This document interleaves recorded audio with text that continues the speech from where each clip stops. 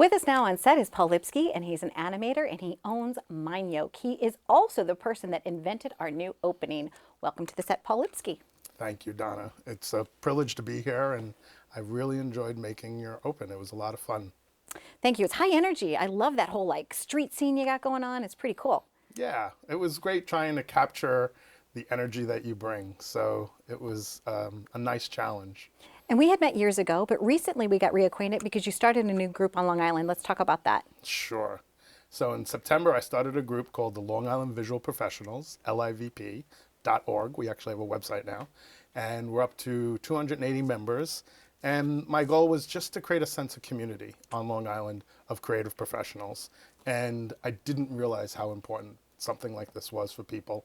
And we're getting anywhere from 50 to 100 people to show up every meeting. We meet on the first Monday of every month. And it's been a ride. It's been a lot of fun. Now, most of the time when people have these types of groups, you could think that artists are competitive, but it's not. You guys are collaborative and you're doing some really major projects together. I make sure that everybody understands that there is your competition sitting next to you.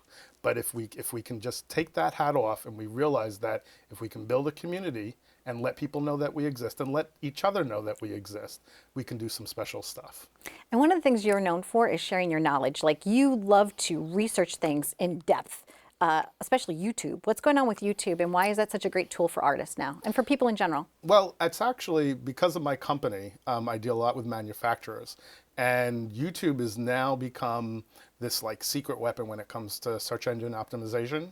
So, and since I'm a video person, I create animation, they've been asking me, how do I build my YouTube channel? So I looked into it more deeply, and I learned there are some spectacular skills that YouTube gives you.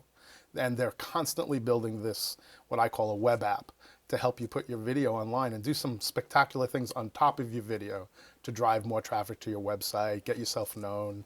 Excellent. It's easy to move the needle on YouTube. It's not easy to move the needle on Google. There you go. That's good to know. And one of the things I wanted to ask you is, what was the first thing you ever animated? The first thing I ever animated, I was in my graduate program at the School of Visual Arts, and my professor, Tom Bisogno, who was one of the original animators on Tron, the movie done in 1979, and he asked us to go out and buy a wind-up toy, because a toy you can look at over and over and study it, right? And that's what you need to do as an animator. You need to study motion. So I went and I found a pair of chattering lips, since my last name's Lipsky. And I remember studying this thing over and over again. And back then, computer animation was so difficult to produce. So a month later, I look at my first test, and I just remember this looking so horrible, so terrible, because I overthought it. And it was hundreds of frames of opening and closing, and I was thinking so much. And at the end, when I finally finished it for my project, it was literally 3 frames. That's 1, 2, 3. And I repeated that over and over again, and it looked like super great chattering lips. And it taught me a lot, actually, and I carried it on since, 1986 I graduated. And now you have Yoke, and you do all types of things. 3D animation, boats that don't even exist. You're creating things that don't exist. What's a recent project for you? You were telling me about some type of liquid, that you're great at animating liquid. Well, I work with a lot of manufacturers. Any kind of company that has a technical story to tell that's difficult to describe in words or print is perfect for 3D animation. So I have this great client in Syosset called Fluid Metering Pumps, and they've been making these little devices that go into dialysis machines, anything that needs a liquid pumped somewhere. And they've gone to trade shows, but they've never been able to explain how it works, because it's internal. There's metal, it's a rotating piston.